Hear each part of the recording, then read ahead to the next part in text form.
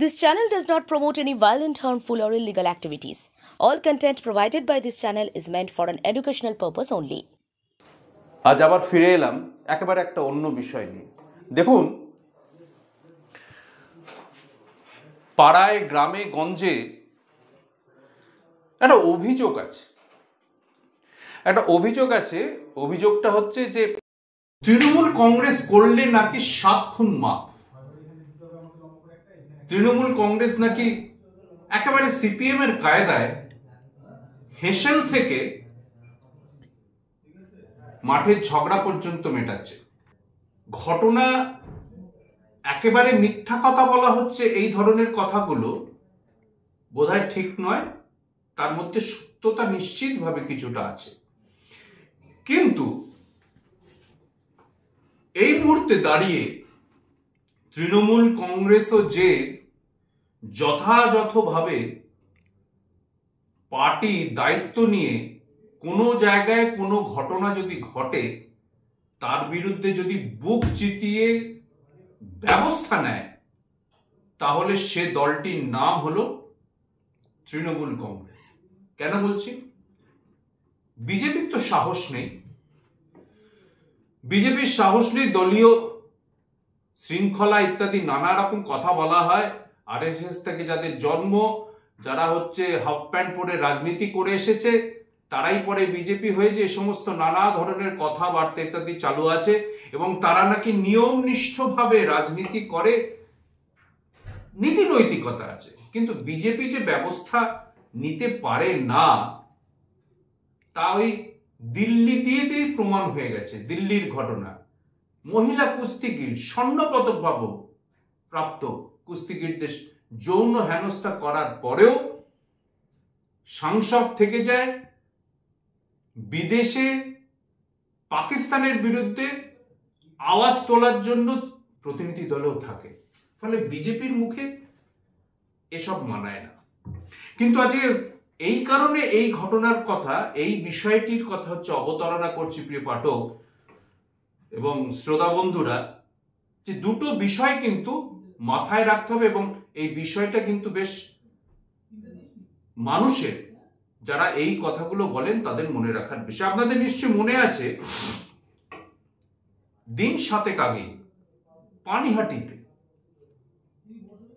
আমি লাইভ নিয়ে আপনাদের কাছে লাইভে এসেছিলাম এবং বিষয়টির অবতারণা করে বলেছিলাম যে কাউন্সিলর আপনার লজ্জা করে না? পানিহাটিতে 26 নম্বর ওয়ার্ডের কাউন্সিলরের নাম শ্রাবন্তী রায়।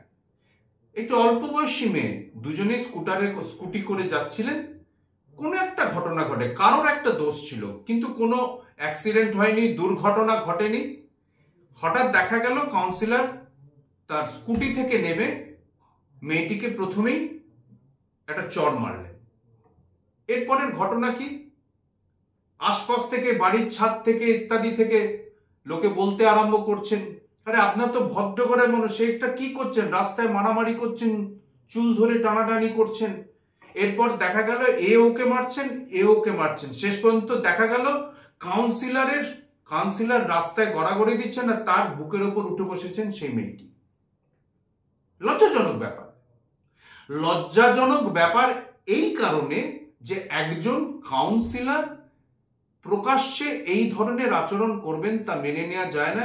আমরা এই লাইভে এসে আপনাদেরকে কিন্তু বারবার বলেছি যে এ জিনিস মেনে নেওয়া যায় না। এ তো কাউন্সিলরের দাদাগিরির কথা।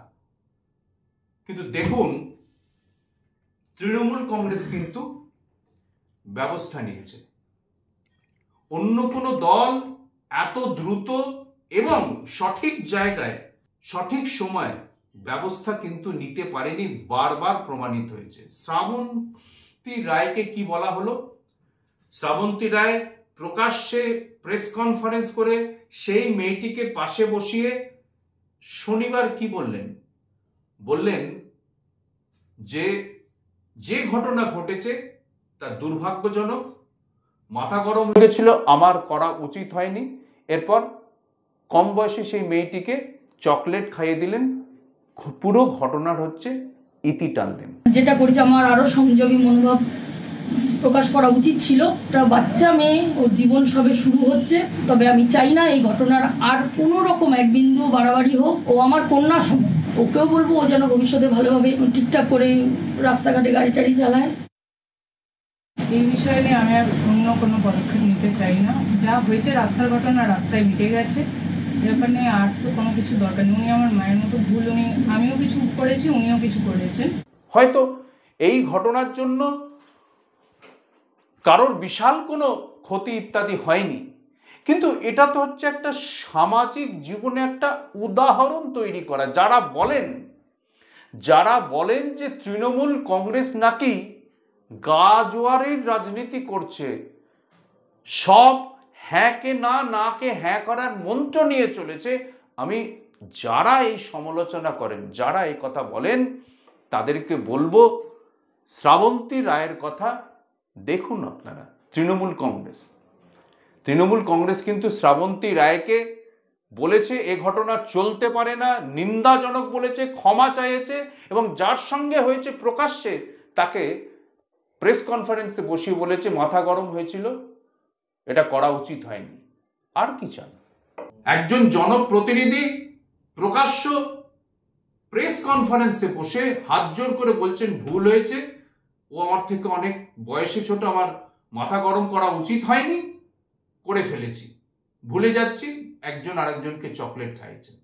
ফলে যারা এই সমালোচনাগুলো করেন প্রিয় শ্রোতা, তারা একবার ভেবে দেখবেন। আরেকটি ঘটনা, আজকেরই ঘটনা, আজকের নয়, একদিন আগেকার, 24 ঘন্টার আগেকার ঘটনা, আমতার পেড়া থানার, সেখানে এক সিভিক ভলেন্টিয়ার নাকি, অভিযোগ, আচ্ছা যদি ধরেই নিলাম তর্কের খাতিরে যথার্থ ঘটনা, সেই সিভিক ভলেন্টিয়ার নাকি বেশ কিছু অশালীন কথাবার্তা বর্তমান সরকার সম্বন্ধে বলতেই পারেন। কারোর পছন্দ হবে, কারোর হবে না, হতেই পারে এই ঘটনা। কিন্তু এরপরে এলাকার তৃণমূল কর্মীদের হঠাৎ মনে হয়েছে তাদের একটু বিপ্লব করার প্রয়োজন। কি মনে হয়েছে? এলাকার তৃণমূল কর্মীদের মনে হয়েছে যে বিপ্লব করার প্রয়োজন। কি করলেন তারা? ক্যামেরা নিয়ে, মোবাইল নিয়ে, ভিডিও ক্যামেরা নিয়ে তারা কি করলেন, একটি মাঠের মাঝখানে সেই সিভিক ভলেন্টিয়ারকে নিয়ে এলেন, এবং ভিডিওতে দেখা যাচ্ছে, প্রিয় শ্রোতা বন্ধুরা, ভিডিওতে দেখা যাচ্ছে, কি দেখা যাচ্ছে, যে সেই সিভিক ভলেন্টিয়ারকে কোমরে লাইলনের দড়ি বাঁধা হয়েছে, 3 জন 3 দিক থেকে টেনে ধরেছেন, কেউ বোধহয় চড় থাপ্পড় মারতে যাচ্ছে, এই সময় তাকে বলা হলো কান ধরে ওঠবোস করার জন্য। কেন? সে প্রকাশ্যে এই সরকারের সমালোচনা করেছে বলে। ভাবুন তো, যে কোনো যুক্তিবাদী মানুষ, শান্তিপ্রিয় মানুষের মাথাটা কিরকম চট করে হচ্ছে গরম হয়ে যাবে। কে দিয়েছে এদের সাহস? কারা দিয়েছে এদের সাহস?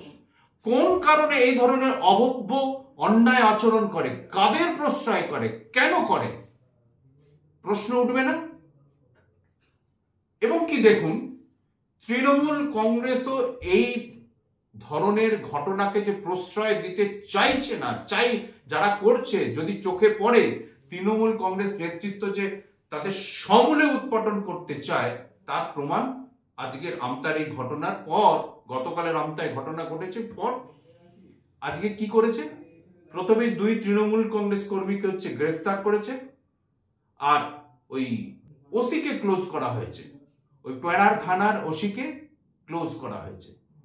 ব্যবস্থা কিন্তু নেওয়া হচ্ছে, এটা অবশ্যই ইতিবাচক দিক। ইতিবাচক দিক এই কারণে,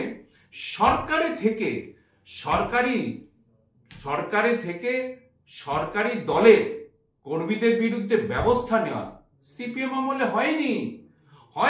সিপিএম এর লোকাল কমিটি, জোনাল কমিটির নেতারা এক একটা এলাকার মন্ত্রী ছিলেন, তারা হচ্ছে যে তোলা তুলতেন, এমন ভাবে মনে হতো যেন তারাই হচ্ছে যে দেশের রক্ষাকর্তা।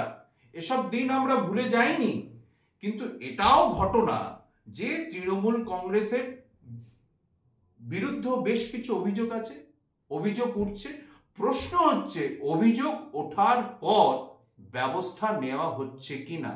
আরে বউবাজার বিস্ফোরণের পর রশিদ খান তিনি আটক হলেন, গ্রেফতার হলেন।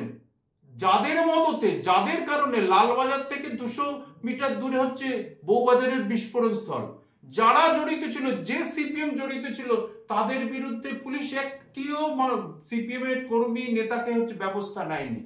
ওইসব বহিষ্কার টহিষ্কার দলের মধ্যে হচ্ছে, ওটার সঙ্গে হচ্ছে সরকারি কোনো যোগাযোগ নেই। কিন্তু তৃণমূল কংগ্রেসের আমলে মমতা বন্দ্যোপাধ্যায়ের নির্দেশে কিন্তু এই ঘটনা বারবার ঘটছে। যেখানেই ঘটছে, যখন ঘটছে, দলীয় নেতৃত্বকে নেত্রী একদম স্পষ্ট ভাষায় বলে দিয়েছেন যে এ ধরনের ঘটনা বরদাস্ত করা যাবে না। সাধারণ মানুষ অব্যবস্থায় পড়েন, সাধারণ মানুষ অখুশি হন, অন্যায় কোনো কাজ কিছুতেই হচ্ছে দল বরদাস্ত করবে না। আর বরদাস্ত করবে না বলেই কিন্তু এই সিভিক ভলেন্টিয়ারের সঙ্গে যে হচ্ছে অভব্য অন্যায় আচরণ করেছে সেই তৃণমূল কর্মী, কিংবা এলাকার ওসিকে যেমন ক্লোজ করা হয়েছে, তৃণমূল কর্মীকে যেমন গ্রেফতার করা হয়েছে, ঠিক শ্রাবন্তী রায় কাউন্সিলরকেও কিন্তু বাধ্য করা হয়েছে ক্ষমা চেয়ে হচ্ছে বিষয়টিকে মিটিয়ে নিতে। আবার একই কারণে, অভব্য কথা বলার কারণে অনুব্রত মণ্ডলকেও ক্ষমা চাইতে হয়েছে। ফলে যারা বলেন, বড় বড় কথা বলেন, বক্তৃতা দেন, প্রকাশ্য জনসভায় বড় বড় উদাহরণ তোলেন, এসব টিভির পর্দায় এসে নানা রকম হচ্ছে যুক্তি তোলেন, তাদের বলবো এই দুটি ঘটনার কথা মাথায় রাখুন। সরকারি দল যে কঠিন ব্যবস্থা নিতে পারে তার উদাহরণ হলো এই দুটি ঘটনা।